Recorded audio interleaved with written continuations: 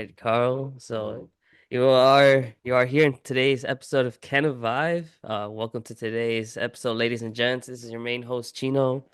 And yeah, Carl. I know you kind of just told me a little bit about yourself, but just tell the audience before we get deep into today's episode.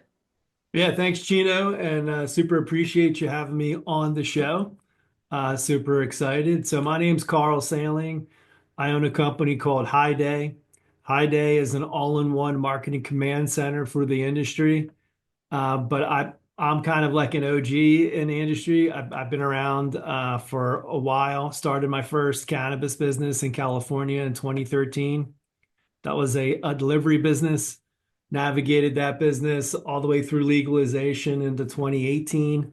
We were the first licensed and active cannabis company in Hollister, California, which is kind of near the coast, Central Coast, near Santa Cruz. It's between Salinas and Gilroy.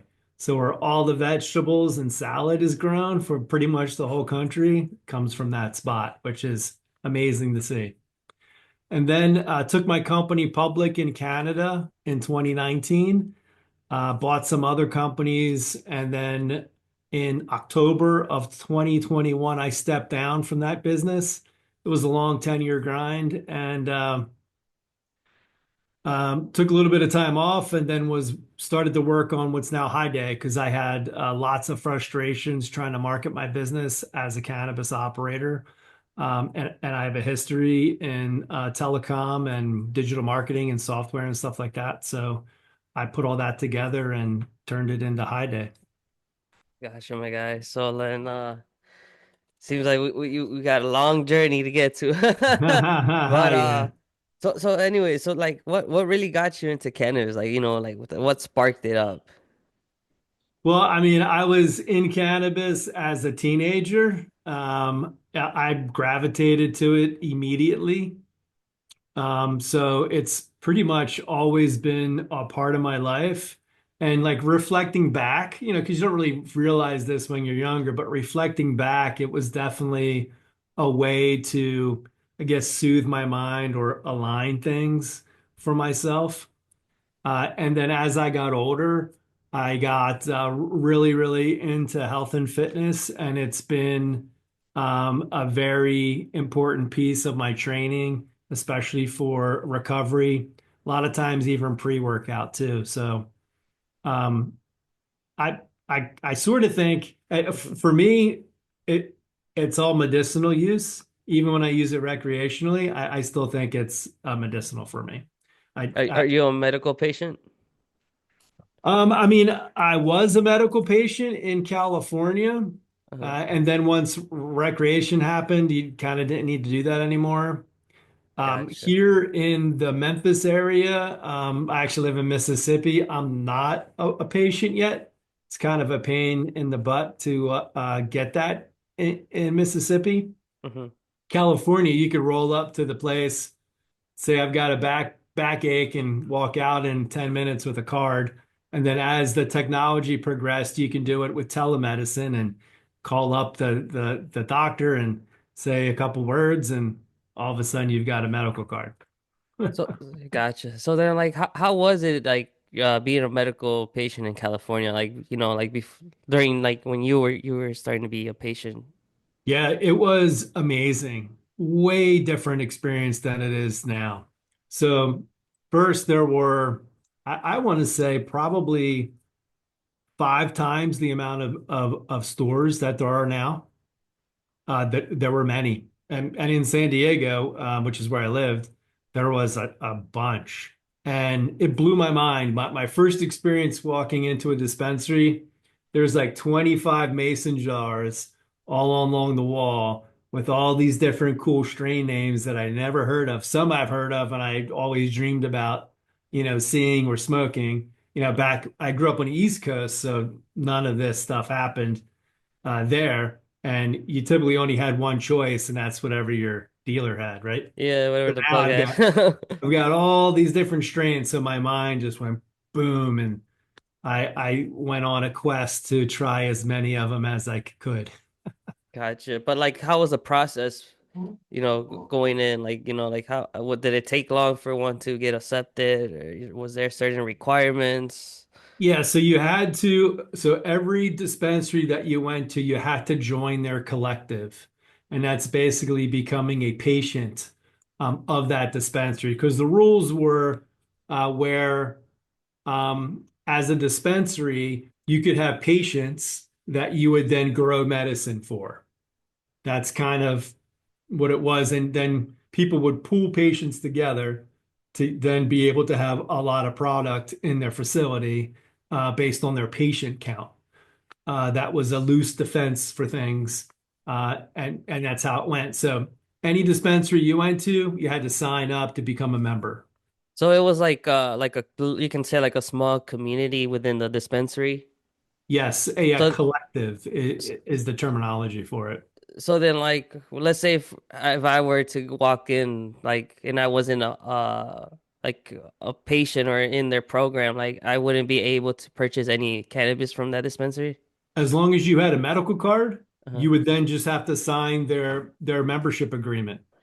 Was there any fees to this, or? Typically, no, because it was very important for the dispensary to get you as a patient, because then that added to their numbers, which then allowed them to grow like a significant amount of cannabis or have all these products. Because the rationale was you're providing medicine to each one of these patients, and you can have X amount of plants per patient. That was kind of the rationale for it. So people would have thousands of patients.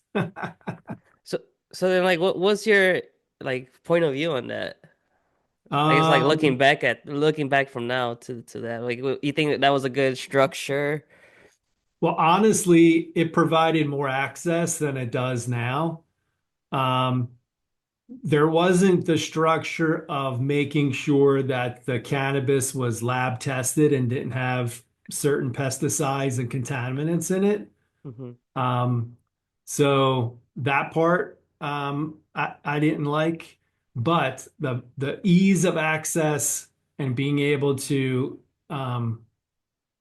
get it easily is a lot different than it is today. You still can and you have ease of access, but I think 60% or more, don't quote me on it, of the cities and counties in California still ban cannabis businesses in their area. So access is limited. And a lot of these places had dispensaries back when it was the legislation was called Prop 215. So back when it was Prop 215, in a lot of the cities that ban it, they had dispensaries there. So I think access now is less. It's safer. It's the Hmm. cleanest weed that you'll ever buy from a dispensary, unless it's, someone that you know is really growing it correctly and organically. Yeah, right. Or if even yourself, if you Yeah, homegrown on your yeah. own, yeah. Um, that's what's up. I don't know. I mean, like, so then, like, let's say would this patient would still be able to go to a different dispensary if like they didn't have their product since they Yeah, were yeah. okay. And you So just sign up. So now, like, you could be a patient of 100 dispensaries. And then once you gotcha. go back to them, you don't have to redo that again. You're already in their system. Okay, so you weren't just limited or just like sunk into that dispensary once you sign that contract. Okay. There was no centralized database between the anybody. So it was all the dispensary, that's all who had your info. They weren't sharing it with the government. Hmm. There was no government database. Other than the dispensary, nobody knew that you were a patient there. Gotcha. See, over here in Illinois, our dispensaries is way different than yours. One, we don't have jars. We don't see the product. All we see is like an office. And of course, like they have all around like your accessories, so like your joints, your blunts, grinders, trays, your all that. But re in reality, it's literally like it's the bud tender, and then they just kind of open a little window, and that's your product there, and that's pretty much it. So it's not like it's like behind a wall, and you have a shit ton of products, like from vapes to like flour, and like concentrates. Nah, man. So like the closest thing for us is like going to Michigan, because like Michigan is a whole different story. But like I don't know. It's very here in Illinois. It's very regulated. Like all these laws that be kind of changing constantly and stuff like that. Um, it is what it is. But like the culture of like I guess how everyone wants it to be. We're not there yet. Yeah, well, it's that way now. Well, it's kind of that way now in California. Everything is prepackaged. You can't do deli style like the jars and Oh, it okay. is called deli style. Yeah. Yeah, so everything's prepackaged now in California and most states. Like some states still do deli style, but most states it's all prepackaged with limits. So, like back in the Prop 215 days, there was a company called Corova, which they're no longer around, and they had a black brownie bar that was 1,000 milligrams. Oh shit. You can't sell that anymore because the max is 100 milligrams in a package and 10 milligrams per dose. Did you ever try Yes, I that? did.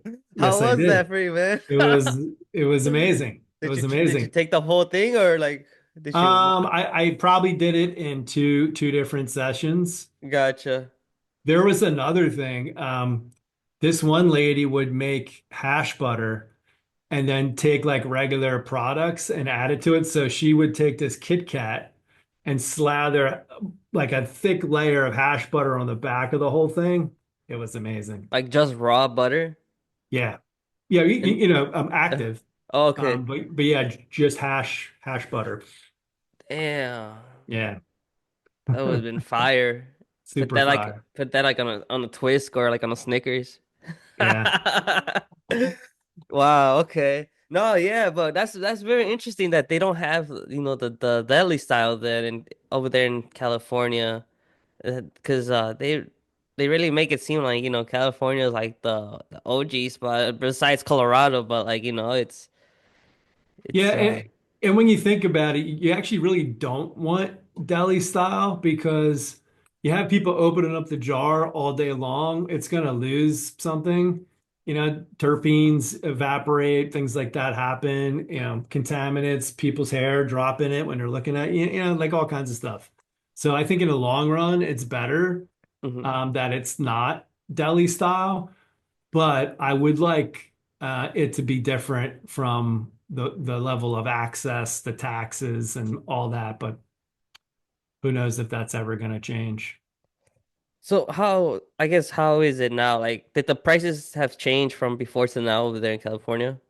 I mean, I haven't lived in California in a couple years now, Okay. but I I think prices have come down a bit on definitely on some products because of competition. Vapes became highly competitive and pre-rolls became highly competitive. so Um, then like how was like an eighth for you over there when you were in California? I want to say like in the early days of legalization, it was expensive, like $60 maybe. Oh wow, okay. You know what? I haven't bought in a while, so I mean Gotcha. I I was in the industry, so Yeah. it just appeared. Gotcha. Okay. No, wow. If you were to say like back then in the 60s, but that's pretty much like what it is here. But if you're including taxes and all, you're close to 100 for an eighth, which is, you know, Yeah, ah, it's it, wild. yeah, but can't quote me on that. I definitely know that there's some value propositions out there. There's a company called Smokeland in Oakland that sells like ounces probably for less than that. So it all depends on where you're at in the state, the quality. If you're doing high end. Mhm. Personally, I love North California outdoor in the Emerald Triangle. So Humboldt, that whole area grows some amazing outdoor cannabis, and that's kind of probably my favorite. Gotcha. My God. Like, is that the brand, right? No, Or no, that's strain? the area of California. Oh, Um, okay, okay. Yeah, Is there's a that really what? good brand called Soul Spirit Farms, and Judy, she grows amazing cannabis and Sour Diesel, Headband. Some of the classics are her mainstay, and I'm a big fan of those. And then the question, just because you're talking about these growers and all, like, have you like ever gone to like those mountains, like in California? Yeah, I've been into many, many, many grows. Because we were a manufacturer and we didn't grow, but we bought from grows, and the grow is very important to us, making sure that they're doing things properly. So I would visit all of our suppliers personally. And how was your experience going into like these farms up in these mountains? You know, like, Amazing. I mean, to see um, rows and rows and rows of giant outdoor plants, it's beautiful. And, you and think? then in greenhouses, I mean, Mhm. I've amazing greenhouses I've been into, and even amazing indoor farms. Do you think there's a difference growing up in those mountains compared to like any other outdoor grow or even like in a greenhouse? I do. Yes, I think it's the elevation, the soil, just the whole climate, the water. It all plays into it. Gotcha. Like, There's probably a few pockets in the country that are really good. I'd say there's probably spots in Kentucky that have amazing soil. There's the soil around the Mississippi River, like the Mississippi Delta area, that has some amazing soil. I don't know if they'll ever grow outdoor cannabis there, but I'm pretty sure they'll grow outdoor cannabis in Kentucky. yeah, they actually just went medical legalization, which is pretty cool. Yeah, I think that's really cool once a state at least legalizing medical because I think that's like a start, you know, yeah, and it totally. actually goes towards the people who actually need it, you know. Um, but then again, you know, it's nothing's wrong with everyone smoking a little weed, you know, once in a while. You know what? I don't remember ever seeing anybody smoke some weed and get into a big crazy fight or get all aggro or Yeah, right. beat their kids or whatever. It's I don't see that. not Alcohol, like on the other hand, that's a different story. So personally, I don't drink alcohol at all. All gotcha. I do is consume cannabis and mushrooms. Oh, okay, nice. We might get into the psychedelics part of this then. But are you talking on today, my guy? I would like to, but it's in the middle of the day and I've got a bunch of business stuff happening today. So I will be toking probably around 5. Gotcha, gotcha. That's what's up, But I man. did dose, I make my own tincture. Uh-huh. So I dosed that this morning before my workout. Okay. So then I know we're gonna get into the work fitness section two of this pod, but like since you kind of brought it up right now, what is like what do you think about, you know, like I guess microdosing or just one consuming cannabis before a workout? Well, for me, it helps me kind of get locked in and go past some of the we'll say pain involved if you're lifting really heavy, and it just makes it a little bit easier. And then I also use it as recovery. Muscles are sore, muscles are tight, Yeah. kind of chills all that out too. So it's a combination for me. But I Yeah, don't do it. I don't pre-medicate every day, but most days I do. I think the recovery part I like it. You know, I get to either take a dab or you know, smoke a joint and, you know, take my protein shake after a workout. Yep. You know, you just get to relax, you know, and kind of end the day, unless whatever time of workout you do. But yeah, man, I think fitness and health is gonna be a big thing coming forward. And I think that's great, man, because a lot of things, you know, like illness, sickness, is a lot of people are getting sick right now, you know, like, and we kind of just, you know, we're still passing through COVID, although, you know, COVID happened, you know, 5 years ago. So, you know, Kind of crazy, right? That it yeah, seems like that's that long now. Yeah, right? Like how was that for you, you know? Um, well, so we had our cannabis business in Hollister. Luckily, we were considered a necessary business. I forget the terminology, but so we were able to stay open and keep all of our employees employed. Sales went crazy because everybody was buying weed then. Um, I I got really irritated with people like hoarding supplies and jacking up the price for stuff. So we had all the ingredients to make hand sanitizer in our business because we use all those different ingredients like in our business. Hmm. So we made thousands of bottles of hand sanitizer and gave them away to the community for free, kind of as a middle finger to the people trying to charge a bunch of money for it. Damn. A little funny story. So every bottle had our cannabis logo on it, and I gave it to all the police officers on the police force, and they came back and said, "Hey, we're very thankful for the hand sanitizer, but can we get some without your logo on it?" And I said, "No." I said, "You need my logo. My logo is the price of your free hand sanitizer." Yeah, I think that's worth it. I mean, Well, yeah, shit. so now my logo is on all their desks at the police force and fire and the city and the food bank and all this stuff. And it was great. But and I wanted to give back. Yeah, most definitely, man. It was crazy that those times. Yeah. Um, but like, I don't know, like, I know California was an interesting, state during that time too. But like, how did you like, I guess, you know, like handle everything with like, like the mass situations and stuff like that? Like what was like your experience? Yeah. I mean, we ordered custom masks with our logo on it to give out to people and to all our employees and all our customers. Um, we did the masks. Like, I don't know how effective they were or not.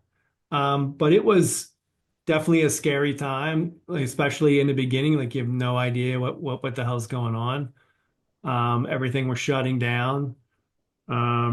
Luckily, some local businesses had like curbside delivery stuff, so we were supporting them. But we cook a lot of our food at home, so that it was not so much of a big deal. But yeah, just whenever there is a challenge, I always want to just focus on getting through it and going forward. I'm not going to sit there and cower in a corner about things. I'm going to take action. Did you guys ever like in California, did like the stores ever run out of like toilet paper and stuff like that, waters? I think some toilet paper maybe. But I mean, we were hitting Costco up and other places, and they seemed to be okay. There wasn't like a crazy shortage where we were. Maybe at the local store. Gotcha. There Like were some I in the remember beginning. I remember I was going into Target, um, and like just the whole food aisle was just completely empty. And I was like, damn, this is actually going serious out here.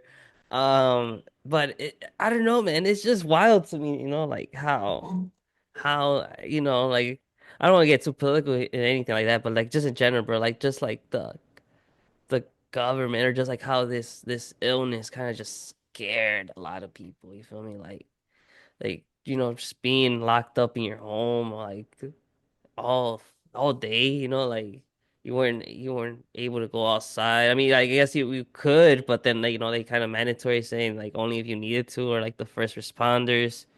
Um, but like that's wild to see kind of the whole world shut down. Yeah, Yeah. like and then that also I can't think made a lot of people either like kind of make it or break them, like one well, I guess one cool thing about COVID for me was like this podcast came to life, Okay. like Awesome. I was just getting high watching other people talking and podcasts, like Joe Rogan, like especially Joe Rogan. I would just watch a lot of Joe Rogan before, but like just me eating some cereal. I still remember when that idea came to my mind. I was eating some cereal, and I was like, let me kind of what if I were to do this show, you know? And the only thing was like, we'll just smoke during and just talk about everything. And that's what came, man. That's what kind of sparked it up, bro. And yeah, we're here. Um, Awesome. Well, congrats for doing that and sticking yeah, with it. You know, we're several years later and you're still doing it. So that's awesome. yeah, man, yeah. So it's been a journey for us too out here. But I feel like it's still a long one to go. But I know you just say you work out. So like, how often do you work out? 6 days a week. Okay, gotcha. I used to be 325 pounds. Uh, and that was in December of 1999. I'm 55 years old, by the way, so I'm an older dude, but Uh, I You, take very good care of myself, so what? I feel amazing. Yeah, But you look great actually for 55, man. I didn't, thank you don't you. even look like 55 at all. Dude, yeah, that's Thank what's you. up. That's what's up. It's diet, exercise, and cannabis. So I dropped all the weight, competed in men's physique, and I've kept the weight off, and I kind of hang around 207 pounds ish. But I eat super clean. I'm on no medicine whatsoever. All my blood work is great. I don't need anything. Like I'm good, and I just do supplements and food, specifically like organic food, grass-fed meats and pasture raised, chicken and stuff like that. Really good eggs, lots of fat, but really good fat. So avocado oil, coconut oil, things like that. I follow a program called the Plant Paradox, and it's basically avoiding foods that contain lectins. Lectins kind of like a protein that causes inflammation and other stuff in your body. So like what type of food does that contain? So like a lot of stuff with seeds have lectins. So like all the nightshades, so like eggplant, tomatoes, squash, cucumber. I don't eat any of those. I will eat some squash, but only if it's seeded, skinned, and pressure cooked. That helps break down the lectins. And then I'm sorry, but you said potatoes? yeah, so You I don't you eat don't eat sweet potato? potatoes, Oh, but I okay. don't eat regular potatoes. Wow, like not even like mashed potato or like even roasted potatoes. I'll do mashed sweet potatoes or roasted sweet potatoes, Oh, but okay. Nothing. not Oh, regular ones. wow, okay. Yeah, Interesting. yeah. So then like so is that like your diet then? What you just mentioned, the plant, what was it again? Sorry, the Plant plant paradox. Yeah, so grandparent. so that program is what my diet consists of. Like, so today I'll have a really big salad with olive oil on it and cheese. Like I eat goat and sheep milk cheeses. I do very little dairy at all, like cow dairy. And then I'll have that with like maybe some chicken chopped up into it. And then for dinner, I mean, it could be anything from roasted chicken to burgers, grass-fed burgers to a steak. Um, I eat a lot of cabbage. I make my own sauerkraut. Um, and like fermented foods are really good for your gut. It helps your gut bacteria to be very happy. And that's very important. Damn. That you said that's like a very like green diet right there. Right? Yeah, Is it's that more super green? clean. Yeah, yeah, green, but I eat meat, so I'm not like a vegetarian. I Yeah. eat everything, just certain things I won't eat. Uh-huh. Like I don't eat fast food at all. I would skip meals if I had to do that. Really? Yeah, yeah, yeah. Oh. You can't pay me to eat fast Oh, food. wow. So Unless like it's like you Chipotle, I would do a Chipotle in a pinch because you okay. can make that, be cool. But no McDonald's or anything like that. Not No, you have no cheat days? Like you wouldn't go like to a restaurant? cheat day would be like a slice of pizza or something. Gotcha. Okay, okay. So like I don't eat wheat, but every now and then I'll have some sourdough, like maybe once every couple months, just to keep my system like seeing that the wheat and stuff. Um, But in general, I stay away from gluten. Gotcha, my guy. But then, like how you were just saying, like like all this type of food, makes your body, feel good and all. Like that'll be kind of great, like for I guess everyone to kind of just like work out and have a diet, because those are Yeah, the two things that makes us feel more, I guess, alive, but like get more energy off it, like because we're fueled by energy, like so I feel like if we one stop eating like a lot of crappy food, junk food, fast food, and then we start working out like at least 30 minutes, or more, but then again that's like everyone's pace. But like I think if that too, we would, all be happier, I guess. well, happier, healthier, less impact on the medical systems. But the drug companies don't want us there. The food industry doesn't want us there because it's the highly processed food.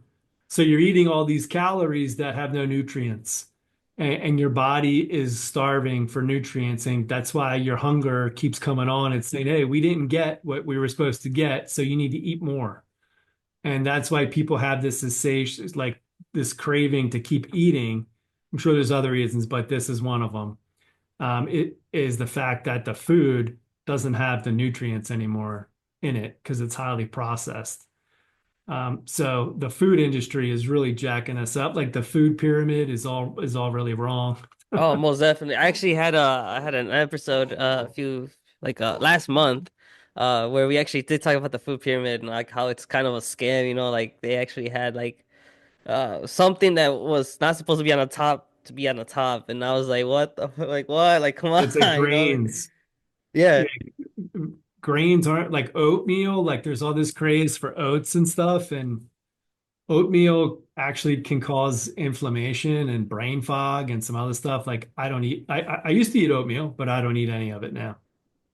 Like, and then as well, like, I guess it's just miseducating people, like the more I think people over here think like they're helping us with the chart, but then it's more like little do they know, like it's not, like Nah, as starts at the school level too, because the shit that they feed our kids in school is horrible, and it's all about money. Because there's groups of companies that just create that food, and it's just all about money, and it's like I was because now that you're mentioning about school, because I have kids and I was looking at my son's school menu of the week and like they have pizza, but like not just pizza, they have like Papa John's pizza on Fridays, like every Friday, and I'm like, damn, dude, like you be getting, like we didn't get that type of food, like, and then like each day is like chicken nuggets, like a burger, a hot dog, like, but then I see, and it's just like greasy food, like it's not they don't see like a fruit, a salad, or anything like that. You feel me, like. then a giant juice box, like a juice box, that's just concentrated sugar. Yeah, that's just wild, Yeah.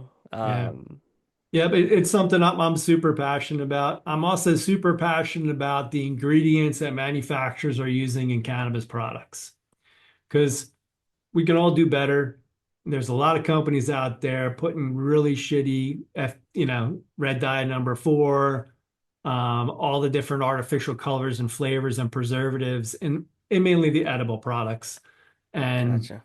I I want to see that happen less and less and less because people are typically buying these products to, you know, fix something that ails them. Like there's some reason that they're taking a sleep gummy or this gummy, that gummy, or this edible and all that stuff. And to have it filled with a bunch of garbage is bullshit to me.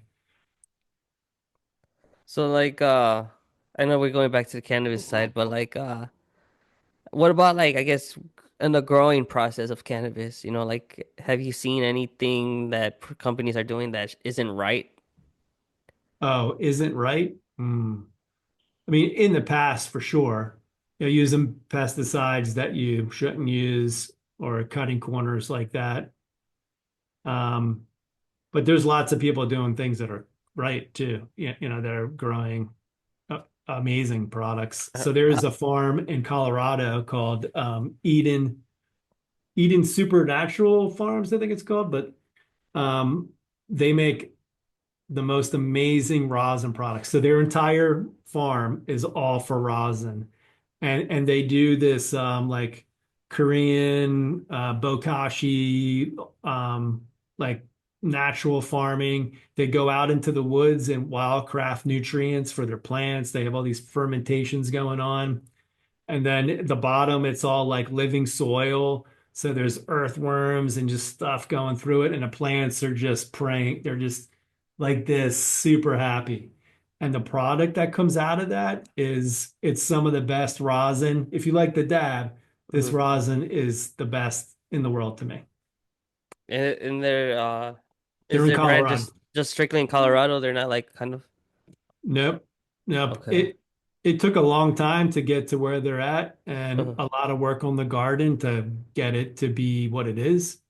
Hopefully they'll expand into other states, but it's like you just can't roll up in a state and find another grower that's doing this. It's very few and far between that are.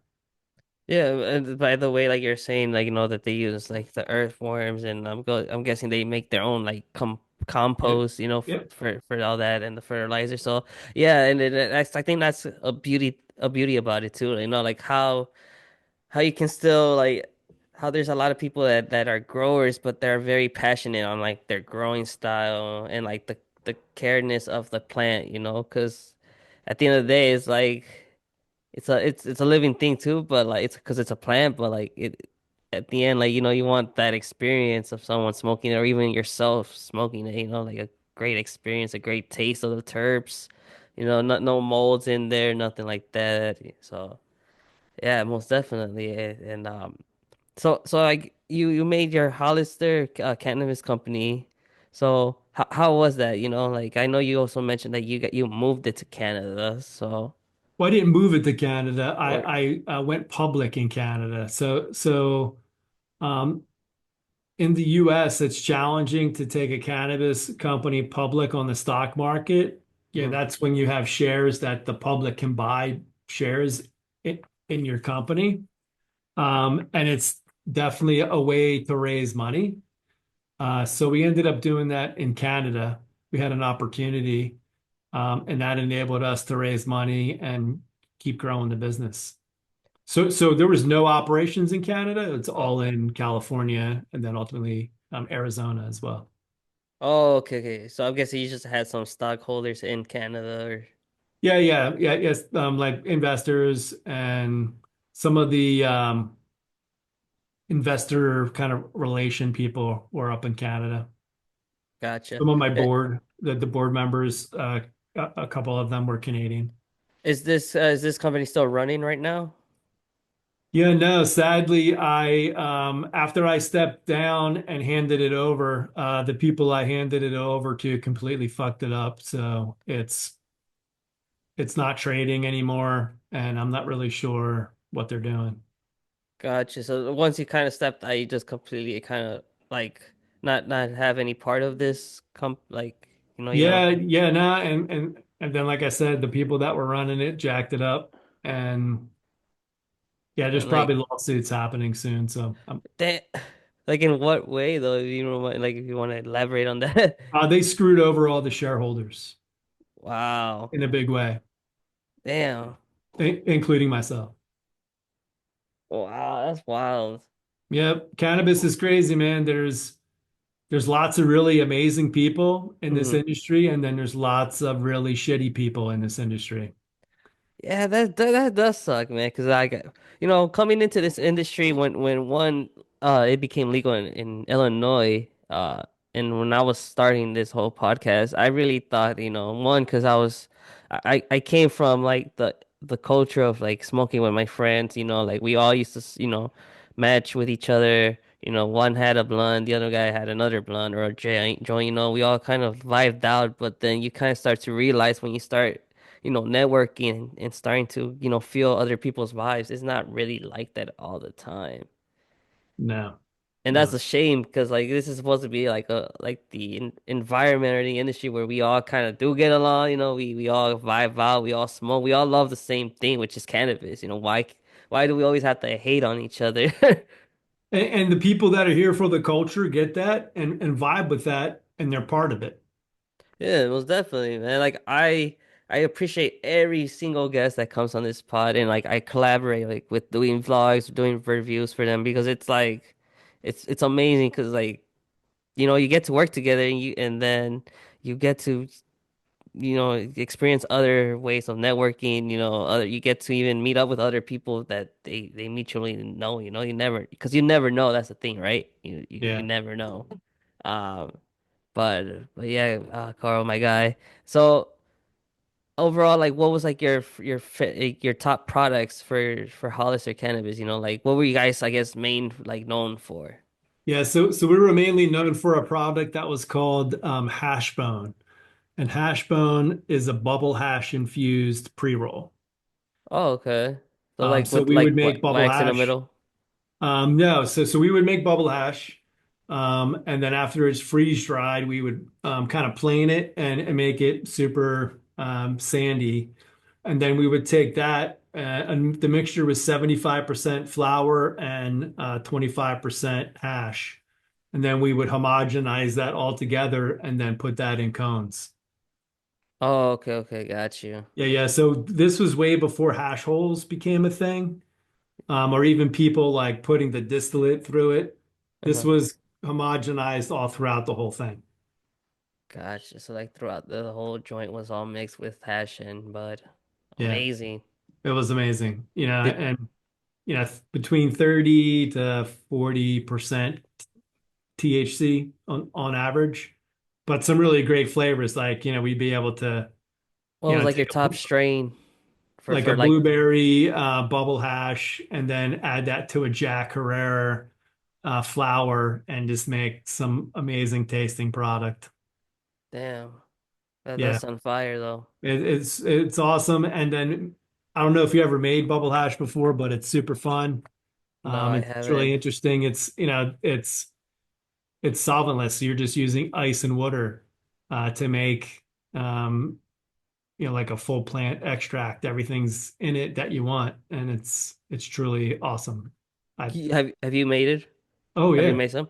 So Oh so then yeah. like I guess like tell us the process though, because I guess I seen videos. Is that where you have like a tube and of course there's water and ice and you kind of just like mix it around? Yeah, yeah. So I mean, an easy way to do it is you have a bucket of ice and water and a paddle, and you put your flour in there and you agitate it because what you're doing is you're knocking the trichome heads off the plant, and then you want to harvest that. So you, you paddle it. Then once it's ready, you drain it out through bags of screen bags with different microns. Microns are the size of the holes in the bag, and Hmm. then that captures the trichome so it doesn't let it through. And the different sizes, so you'd have like maybe three different bags together that you would be draining through, and then collecting it all through there, and some would stay in the first bag, and then you'd be done with that, and then you'd have the next bag, and then the next bag, and you have different grades, and then you would take that and you would need to dry it. Old school way is air dry, and you got to make sure that the room's really good so you don't get any kind of mold growth or anything like that on it. Gotcha. The way we did it is we used freeze dryers. So we would freeze dry that bubble hash slurry because it's like watery peanut butter kind of.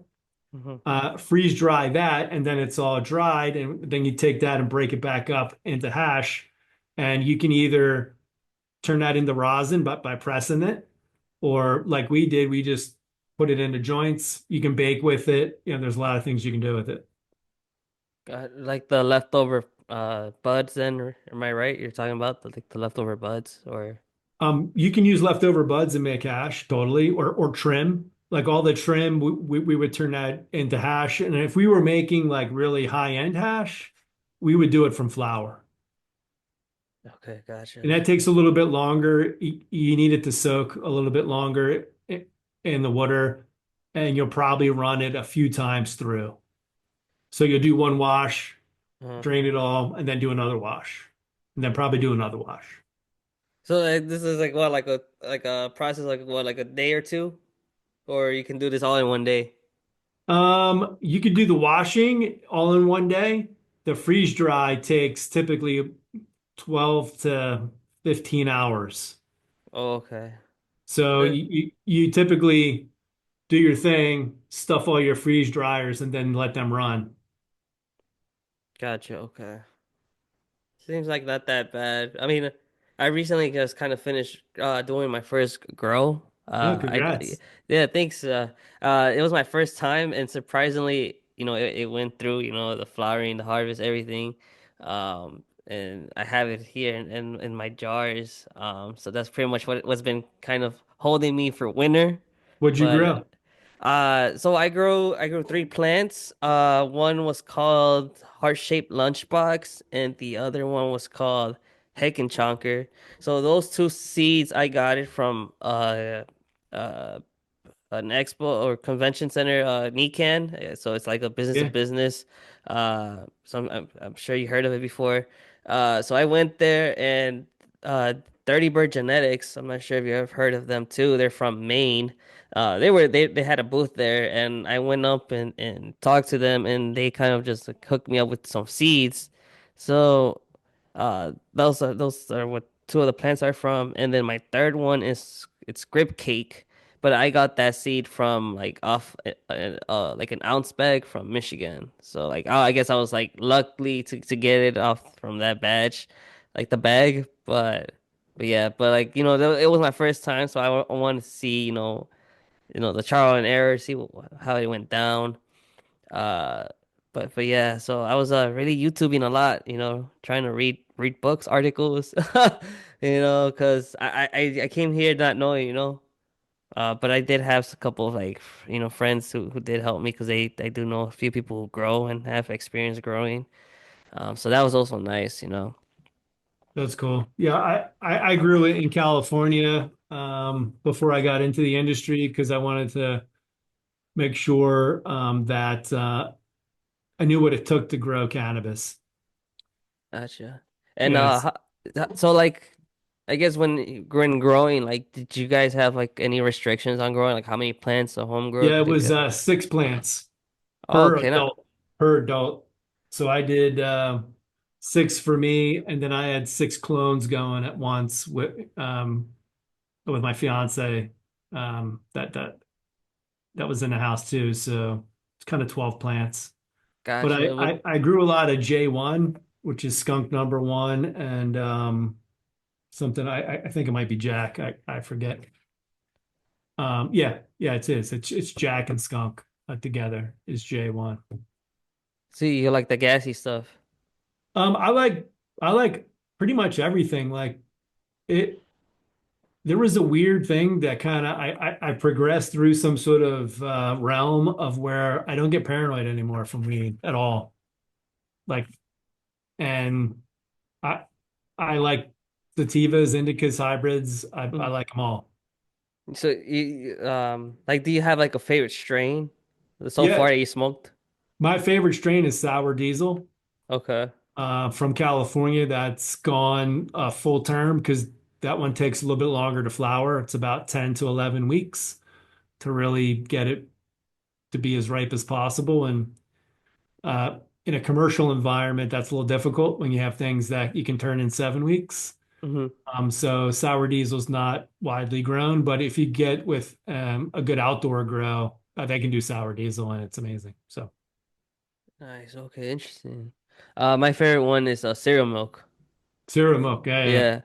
Yeah. I remember I used to try it on a cart, like in a vape, and just the taste on it was very like sweet to me. So I really enjoyed it, and like anywhere I go to, I try to ask first before I actually select a product. It's like, do you guys have anything that's cereal milk? Because that's honestly my go-to strain. But like, I always like to explore other strains, because you never know, right? Yeah, Yeah, especially when you go to a dispensary, it's like a candy shop, especially like if there's if they're very open, like with like the products behind them, and also like you see everything, so you really do get amazed. But but yeah, so what made you switch then? Like Hollister Cannabis to now that you are here today, which is with HighDay? Like, what made you switch that? Yeah, so when I was running the cannabis company, marketing was a huge challenge. There was lots of roadblocks. Systems didn't want us on their platform. They would see we were cannabis and try to charge us more money or shut us down. We had a bunch of different tools, kind of spread out, so it wasn't all like integrated into one. And I have a background in that kind of stuff. So I saw an opportunity to fix it for myself and ultimately for the industry. And I think we've done a really good job. So, like, what was like the challenging part in marketing over there in California? Well, it's everywhere, and it's still a challenge. So social media sites really don't want you posting about cannabis. They'll ban you, shadow ban you, all kinds of things. And that's Facebook, that's Instagram. LinkedIn is very popular now. Like it's within this past 2 years, I've really amped up cannabis, but before that, LinkedIn really wasn't too popular for cannabis. There was some, but not like it is now. There were challenges with sending out SMS messages. Carriers and companies didn't want that kind of traffic, so they wouldn't let you send it. Oh, Email wow. companies would shut you down for sending emails if they saw that you were sending cannabis. Um, Lots of different things. That's wild. I Yeah. didn't didn't know that they would actually like, or if it's still today going on, that they would like kind of block sending messages.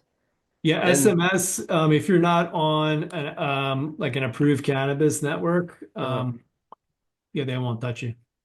wow, okay. See, I heard that Twitch is kind of being cannabis friendly, which is pretty That's what I cool. heard. Cause I'm not there though. I no, got to be yeah. on so many places, and Uh-huh. I I don't play a whole lot of video games. I used to when my kids were younger, but I don't have that time to do that anymore. Yeah, that's the thing though, with Twitch is just most, I guess, game related, but like I don't know. I feel like if you can make just like I guess live streaming it or whatever, why not, right? Yeah, Um but yeah, although like with Meta's, policy and all, you still hear some people, get their profile taken down or like you said shadow battling or just get them banned, which is like doesn't make sense why they're kind of saying something in their policy but doing another thing in reality. So like I don't know. I don't know if it's like the wording for every app, but then that just takes too much time for someone to play around with, you feel me? yeah, Because like if I were to post something, like if I post something on Instagram, I'd rather just copy and paste and post the same thing to the other applications because like it's just faster and but what have been like a small and big company that you've worked with for with HighDay? yeah. So, in your neck of the woods, do you know the 1937 group? Yeah. Yeah, yeah, they're on our platform. Okay. That's And cool. then cheechandchong.com. Okay. How is that working with them? It's great. We Back when I had Hollister, we made a product for Tommy Chong. And what was that? That was a tincture. It was we called it an elixir, and it was 1,000 milligram THC tincture. See, so did you guys have no limitations on the milligrams? Or was that the Um, 1,000 the limit? for tinctures, I think it might have been 2,000, but it definitely wasn't the same limit as like on a gummy. The gummy was 100 milligrams for the whole package and 10 milligrams max per serving. The tincture is different, and I think probably because it's usually like more medical, the Yeah, tincture. it makes sense. Yeah. Yeah. And you're just rubbing it on your body, like just like No, no, no. This is oh, mouth. never mind. It's You're right. drop. Yeah, You're right. drops. Sorry. No, no, it's all good. It's it's almost the same stuff for a topical too. I tried doing tinctures before, and this was, I guess, just strictly CBD though, because my mom used to have it, and she would take some at nighttime, uh, and um, I don't know, it just, I guess, didn't work for me. One, not, one, I guess, because it was CBD, but like I was knowing, like I was coming in doing the drops knowing that it's just CBD, so I wasn't expecting any of the psychoactive feeling or anything like that. But like, um, but I can't say like it kind of did feel really relaxed, a little relaxed, um, but yeah, ever since that, I haven't tried it. I strictly am just a dab guy, because I like smoking inside. I can't smoke flower inside, so No, you can't. vaping. He's like, no, vaping or taking a dab. It's nice to take inside. Um, but don't get me wrong, flower is fire though. Especially when you're growing on your own, like, it's another experience. You get to see within cannabis and all. But what about like a small company? Like like what would be like a small company you guys work with? Um, Like, is there any mom and pop shops? yeah, there's a new female brand called Hello Again Wellness, and she makes female suppositories from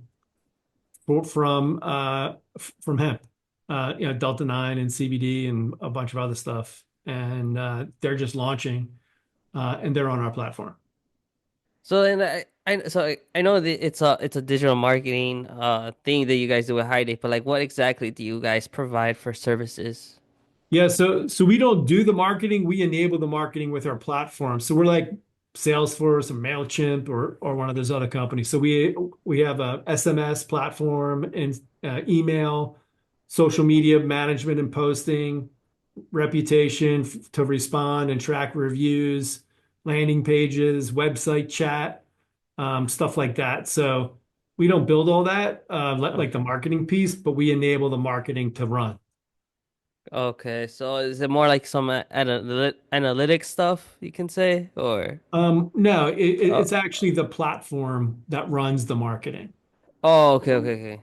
Yeah, Sorry. yeah. So Okay, like for you to gotcha. go and send out an email, like do you use anything for email? Like if like Yeah, a just Gmail though. yeah, yeah. So imagine it's a Gmail system for Cannabis. Oh, okay, I get you, man. Yeah, yeah, yeah. Plus a bunch of other stuff with it. Gotcha. It's And also is a this CRM, so it's a contact relationship manager. So you can manage all your contacts and all the data and all the communication related to those contacts. okay? So then, like, for how long do you work with one company then? Well, we launched in November of 23, so it's 25, and we've got companies still on from back then. Okay, nice. What has been like the most recent company you guys like work with? A company in Canada, Rustic Cannabis, a dispensary chain in Canada. So we operate in the US and in Canada. Okay. Um, is there any difference, or did you guys have to go through something for working, I guess, with Canadian brands and stuff like that? Yeah, the SMS network is different.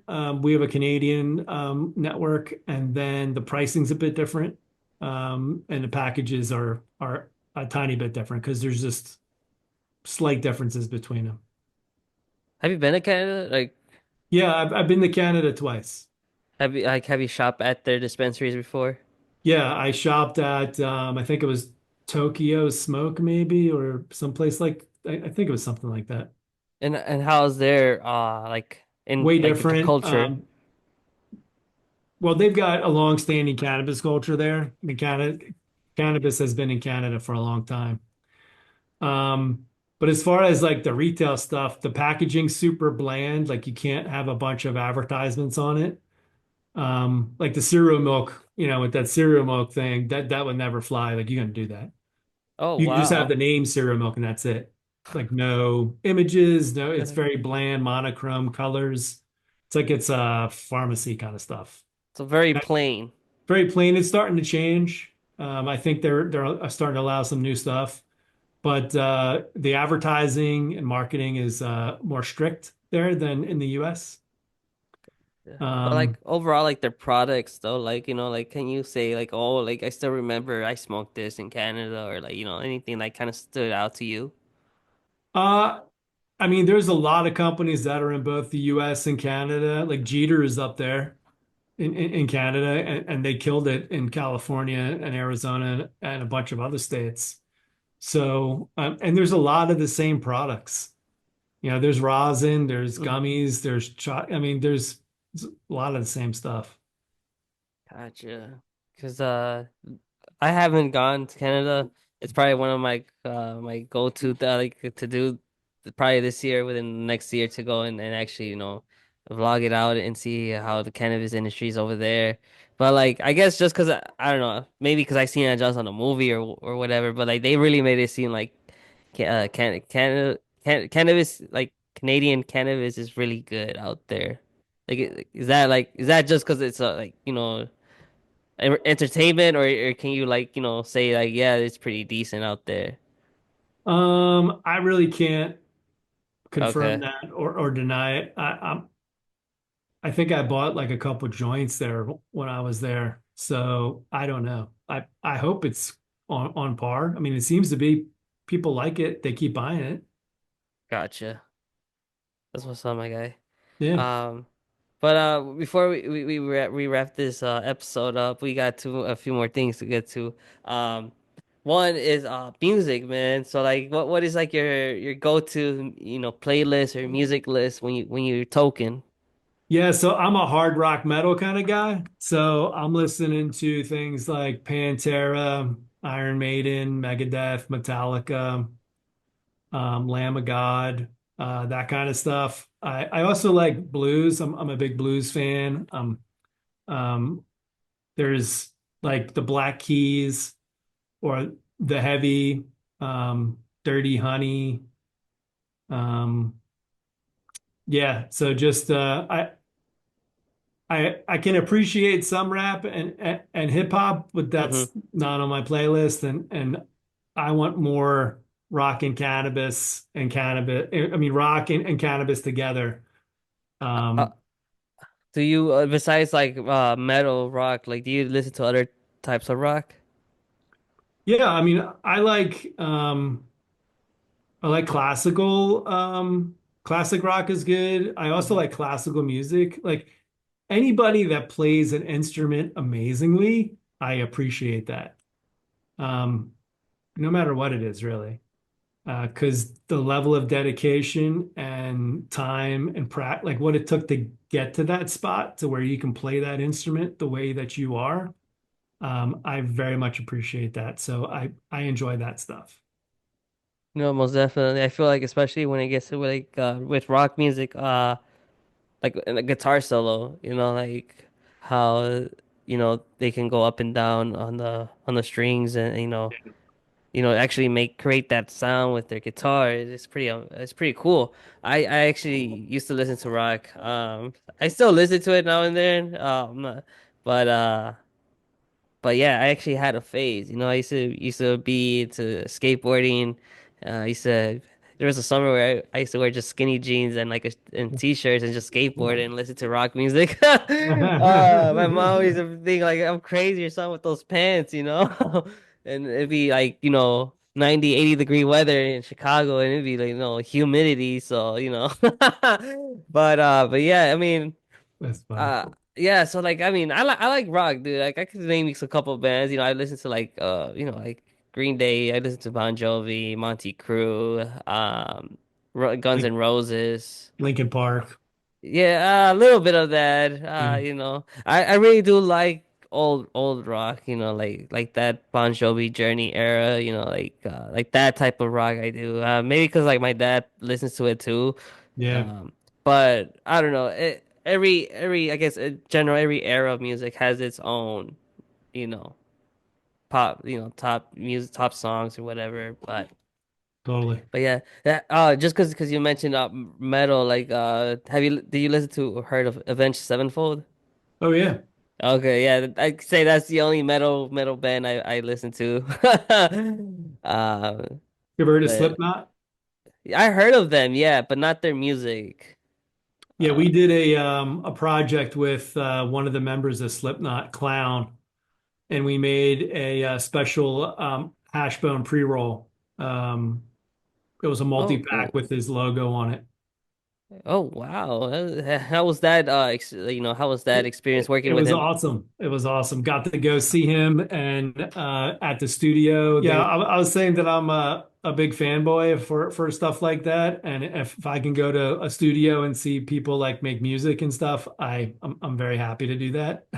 Were you smoking in the in the session? Like, or Smoking outside, okay. not in the actual. It was actually at Jim Henson's, the dude that made the Muppets. There's a Jim Henson studio in LA, and they were doing it there, and that was really cool. Nice. That's what's up. But did you work with any other artists for something like No, that? no, had plans to do some more, but then I ended up leaving the company. But maybe down the road if I ever do other cannabis stuff again, where I'm plant touching. But right now it's all focused on the software. Oh, okay. Another cool thing, since we're talking about music, I make cannabis songs with AI. So I make AI music about cannabis. Oh, really? Yeah, and it's Do you post any of this music? yeah. It's called my persona is called Digital Blaze, and I'm on YouTube and Spotify and all the channels. You said Digital Blaze? Digital Blaze. So I've got like songs like "She Smoked All My Weed and Now She's Gone." I got dabbed out. Don't hotbox the joint. I'm in love with Mary Jane. Stuff And like that. and how do you like, I guess, how do you make this music, like Yeah, of I course with like use AI and all, but like, like Yeah, so I write the lyrics and then I use a program called Suno that makes the song, and then I use another program called DistroKid to distribute it everywhere. So I made about $5 in streaming so far, which is kind of funny. that is cool. Hold on. Let's go that. Is this you right here? Hold on, let me share this. Hold on.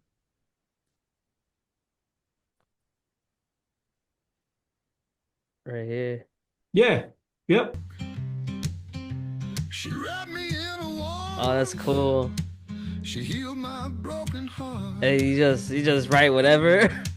Now every yep. time I So I see come up with her, different songs I based on can't things I'm help but feeling. smile. Gotcha. Are you high when you write this type of music? Mary Yeah, Jane, you've totally. been Okay, hold on. Let's hear this one real quick. Come on, Eds. This is like kind of modern country. Yeah.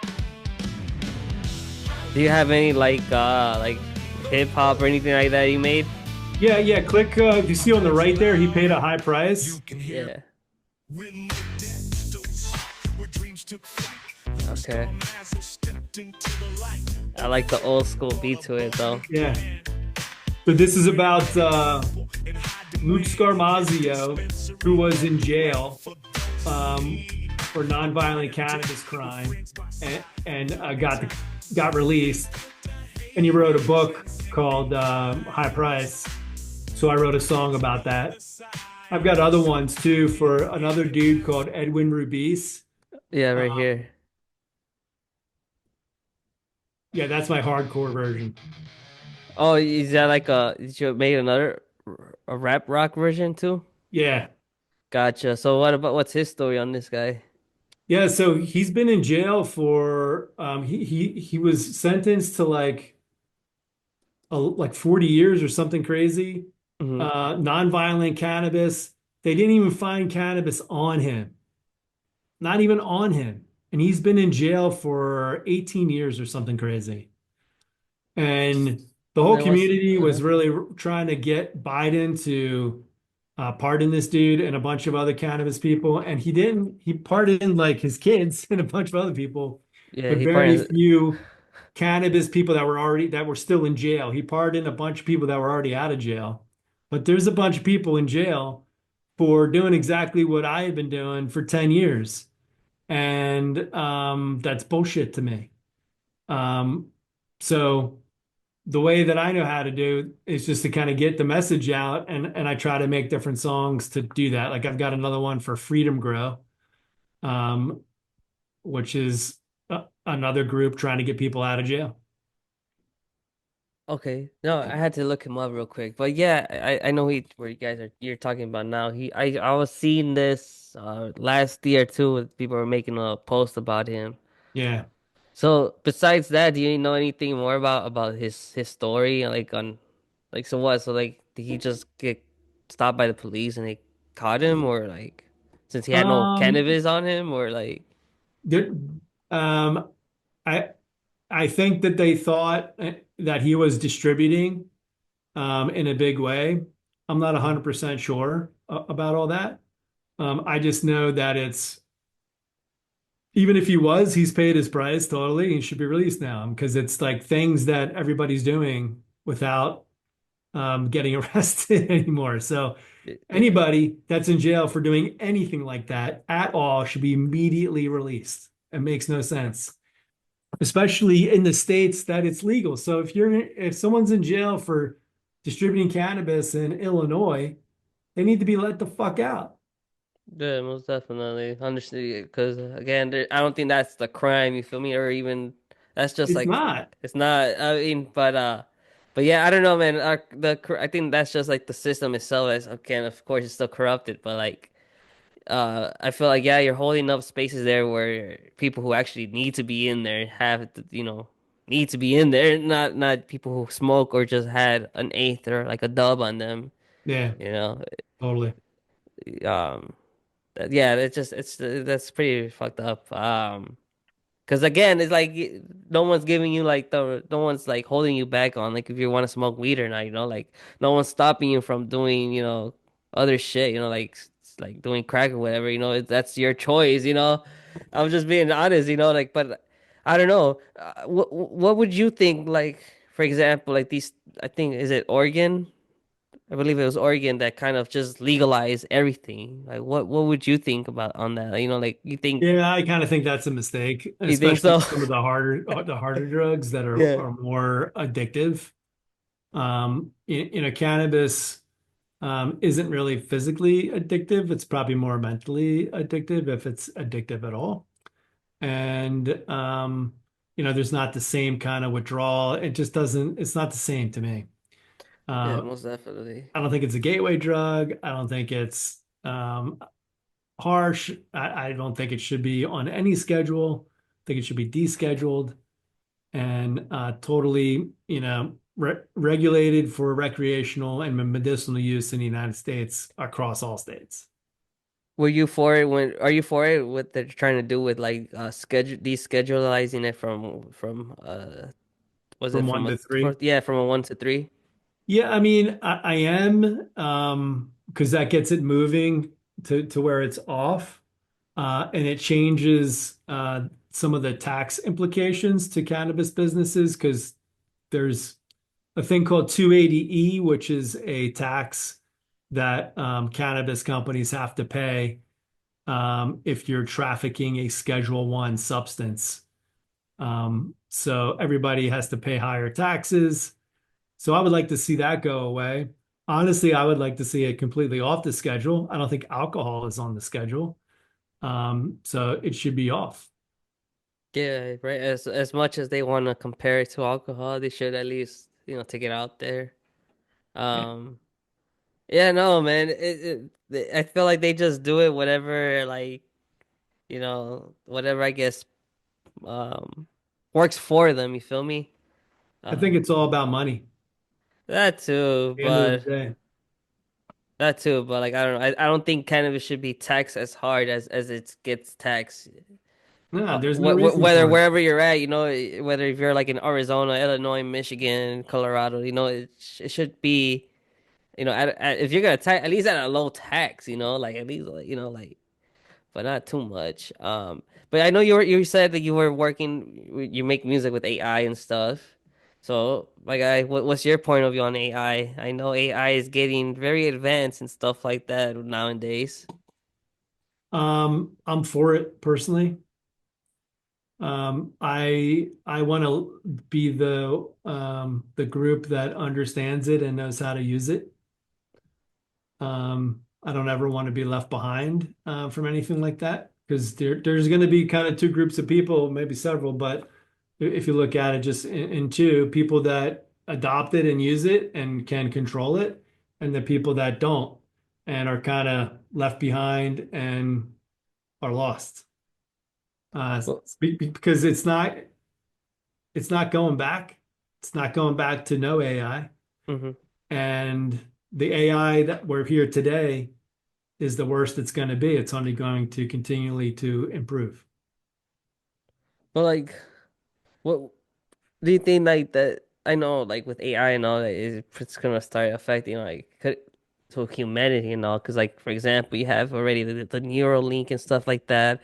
But like, are you? I don't want to say like, are you comfortable with that? But like, are you like cool or okay with like, I guess us going forward with technology? Like is Yeah. that like the future right there? Like computer and human. I think at some point I wouldn't be first in line for that. But I think that's an inevitability at some point. But I mean, like with the way that we're going direct, like the direction that we're like with what we're taking right now with AI and stuff, like technology.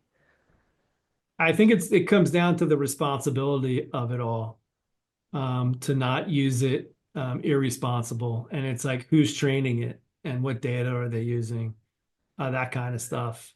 And My question is now is like, who is the hands always gonna be the right person? Like, because I feel like whoever is like, who has that type of power like that is like someone with big power. But I'm like, like with everything going on and all, like I don't know, man. I don't think every leader right now would have a good hand to control AI. no, I don't either. I agree with you, but at the same time, I can't sit on the sidelines. I have to be an active participant personally, No, so and I I. can Uh-huh. understand it and profit from it and not get displaced by it. Yeah, most definitely. And I understand you where you kind of mentioned like the groups, and you kind of see it, every day, even like in public, you see it, when like people don't know, how to use tap on their card or at all. But at the same time, it's like, I feel like you just gotta as well educate, man. I mean, you gotta teach others because that's how everyone's gonna get on board. Because but that's another thing too is like we don't always have our that time to teach them. It's like I think it's more of like you get it, you get it. Not as like oh, kind of sorry for you, buddy, but you gotta catch on board before the boat floats, man. Um. But yeah, I don't know, man. I think with AI and all, it could be scary though. I'm gonna lie, it Oh, could be totally. scary. Totally. I Like, would recommend reading a book called Scary Smart by Mo Gottlieb or something. He was head of Google's DeepMind, and he's got a great take on AI, where it's going, the kind of cycle that it'll go through, because it'll get really scary for a while, and then it'll be a major benefit to humanity. and like, what is like the scary point? That he talks like about. It's really the people control. Like it's kind of like what you were Okay, saying. It's like people controlling it and like what it's going to do, and all that kind of stuff. gotcha. Yeah. Damn, that's pretty wild, man. Yeah. But yeah, man. Do you have anything else before we wrap it up, my guy? Not really. Just appreciate being here, Chino. It was awesome, and appreciate you. Appreciate your podcast, and thanks for having me on. No, yeah. Again, I appreciate you coming on and giving me your time and talking on the show. It was a great conversation. We went all over the place. Yeah. But yeah. Is there any like social media platforms that you guys are? Because I was actually trying to look for you guys on Instagram, but I don't even know if I mean, we're kind of on Instagram as a high day, but mainly LinkedIn is where to okay. find us. And it's or our website, gethighday.com. And you can check out the platform there. And I'm on LinkedIn, so you can see everything that I'm doing on LinkedIn too. Gotcha. Yeah. So I'll leave the link in then link in and the website link on the description for everyone who listens to it can get in contact with you if they need you. Awesome. Um but yeah, ladies and gents, this is Carl from High Day and your boy Chino from Canna Vibe. We won't see you guys in the next episode or vlog. If you guys are still smoking, smoke. If not, if you guys are about to start smoking, then enjoy your sesh. Stay high, be safe out there. See you guys. Take it easy. See ya.